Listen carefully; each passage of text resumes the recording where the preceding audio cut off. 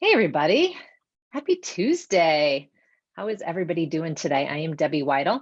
I am a functional migraine health coach specialist here to help you find your migraine freedom without having to use pills, quick fixes, risky surgeries, and spend countless hours every single day, like so many of you are doing right now, to try to end your pain.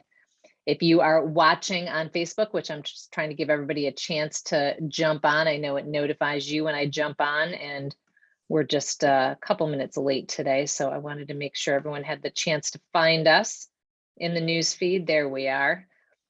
So if you're popping on right now, let me know where you're watching from. Give me a heart, give me a like, let me know that you're here. Hey, Amber. Hey, Kimberly. Hey, Trisha. So we've got some people popping on. Everybody was waiting for us. Amazing. So I am joined by Janel today. So thank you so much for being here today. I really appreciate it. Well, thanks for having me. Absolutely. So let's dive right in and get to it. We are here because you are a graduate of the Freedom From Migraine Method. You came to us in a totally different situation than you are now. You look 100% different than the day you started. So much more color in your face and a smile on your face, which is amazing to see. So just remind me, Janelle, how many years did you have migraines? It was about 5 to 7 years. Yeah. Okay. And your pain was almost daily, wasn't it, by the end? Yes, it was daily. Okay. So Janelle has gone from almost daily pain down to maybe a day or two a week where you're having some low level pain, Yes. all while reducing the amount of medication that you are on Yes. and working your way towards zero. So that's what we're going to talk about today. That is our main focus, ladies, is how our well-meaning doctors keep putting us on these pills. And again, they are very well-meaning. They are using the tools that they have, the tools that they know, the tools that they've been taught in med school. But I don't know if any of you know this. The minute somebody starts med school and they finish, half of what they learned in med school is out of date by the time they graduate. Half. That's a little scary. So we're here to show a different way. Janelle is going to share her story with us. And we're going to talk about how you can actually find pain relief without needing to continuously pop pills. So medication was obviously a big part of your journey, Janelle, before you met us. So what was it about the Women's Migraine Freedom Group that kind of drew you in, and what were you hoping to gain from our group with your migraines? For me, I was tired of just being passed a pill or, just something like that. And they say, here, take this, and no kind of instructions, no more than just, read the bottle or put some there, that kind of thing. Nothing about my diet, nothing about my sleep, nothing about me physically, what I would need to do physically, no more than, here, take this drug. Yeah. And I thought it had to be more to it than that for me to get better. And so when I saw you, I saw that you had something more systematic, which is something that for me works for me. And it went in line with what I was already thinking. And so I was like, this would be a good fit for me. Absolutely. Because when we talked, I remember you kind of knew where you wanted to go. You know, you knew that you wanted to heal your whole body. You knew you wanted to find a more natural approach, something that was going to support your body to health versus take those medications and taper it down. So we were kind of able just to take you to that next step. You were already there. You just needed to keep going. So what was your experience like taking the medications? You know, you took quite a few, if I'm not mistaken. So kind of guide us through, if you don't mind, what you were taking, what you were doing, and how they were making you feel towards the end. I was taking the Emgality shot. I was doing that. It was working for a while, and then it stopped working. I started taking the new Nurtec. Did not work for me at all. Okay. They had me on Sumatriptan.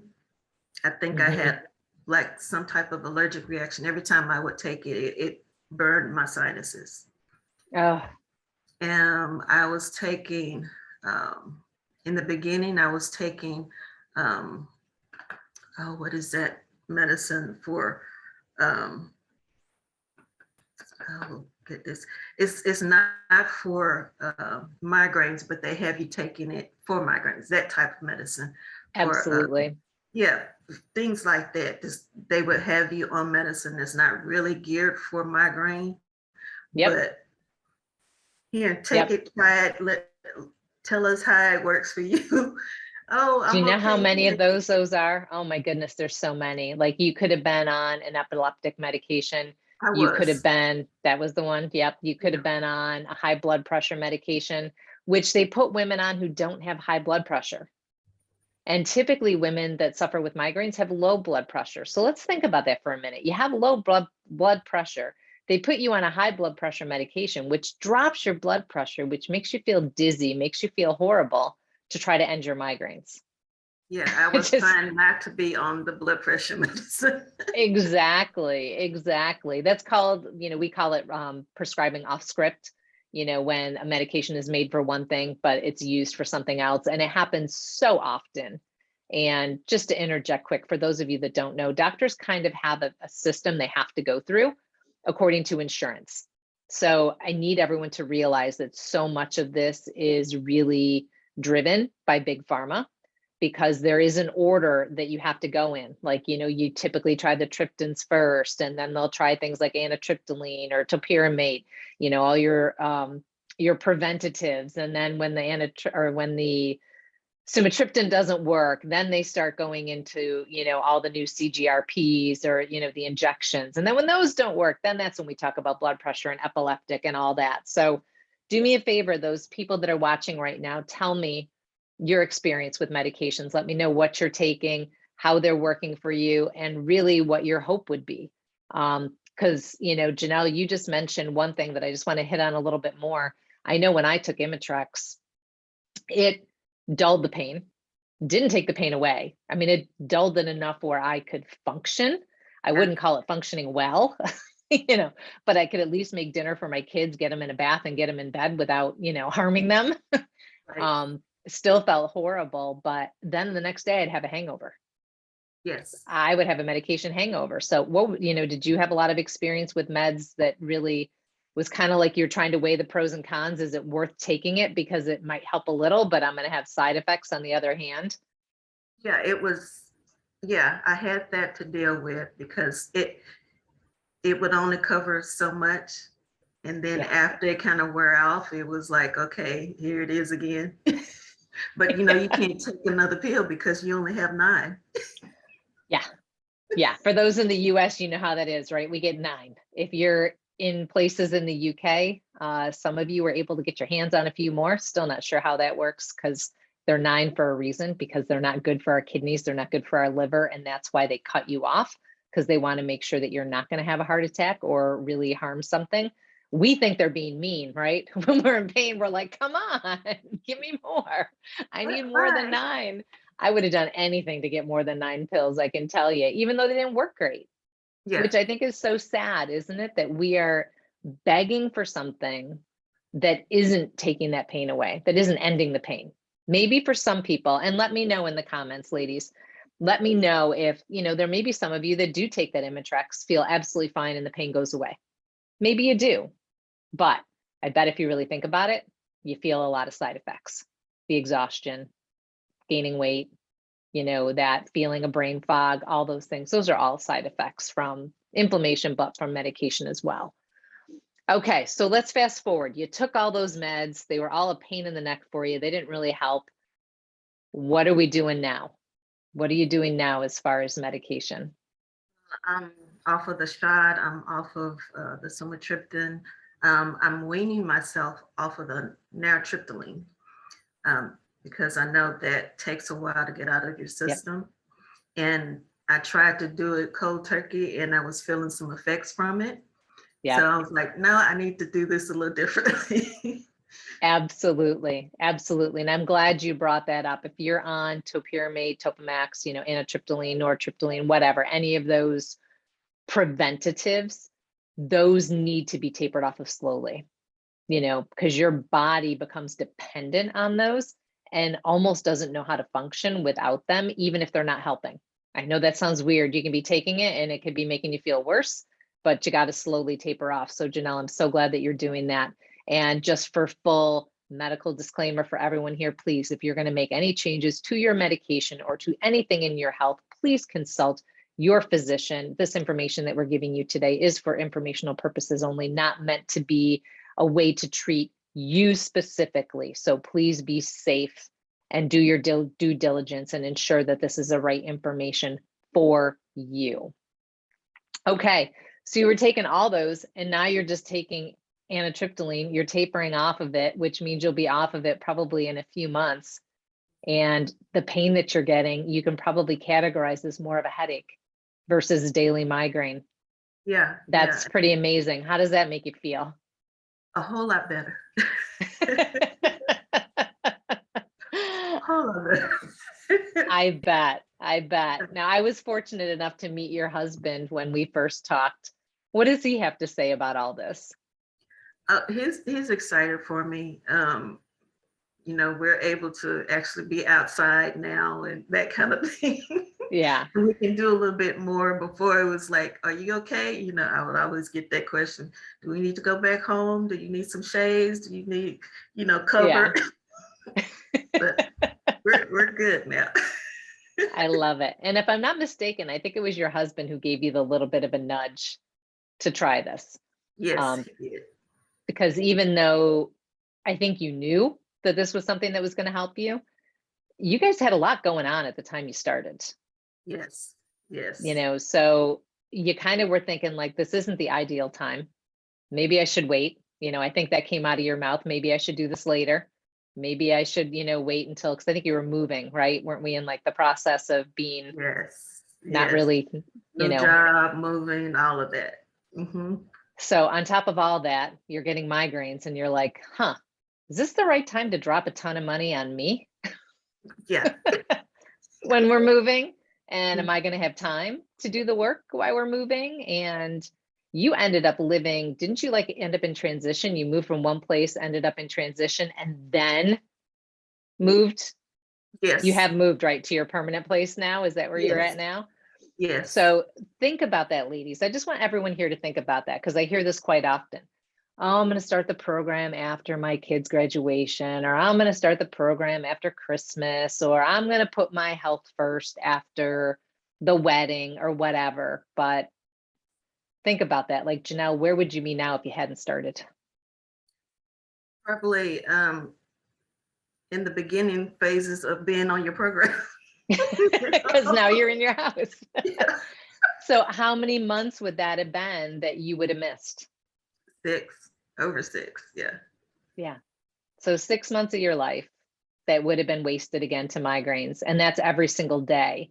So let's do the fast math. Let's just do it by 30 days. So that's 180 days of your life that you would have had pain while you're trying to move, support your husband who's getting a new job, be the wife that you want to be as you're trying to do all of these other things in your life at the same time.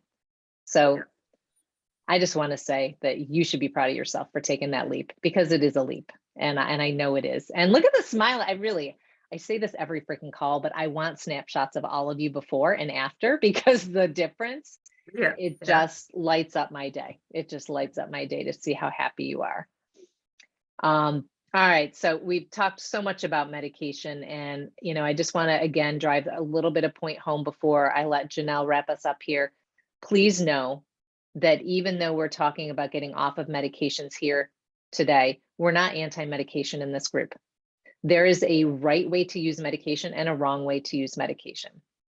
In my personal opinion, and the opinion of most of the people in the functional medicine world, you use medication as a temporary relief while you're working on the root cause.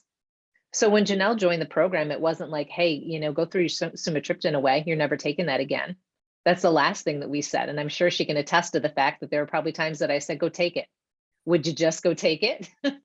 because if you're not ready to stop, you're not ready. So we teach you the things that you need to do to get your body ready for your body to be able to honor itself, do the work it needs to do, so then you can get off of medication. So there is a whole process. Please, none of you just go out and stop taking your meds today. Figure out what you need to do to get your body ready so that it's not as stressful on your body when you stop taking the medication, because stress actually causes more inflammation than inflammatory food. Stress causes more inflammation than the medication that you're taking, which in turn can just give you that migraine.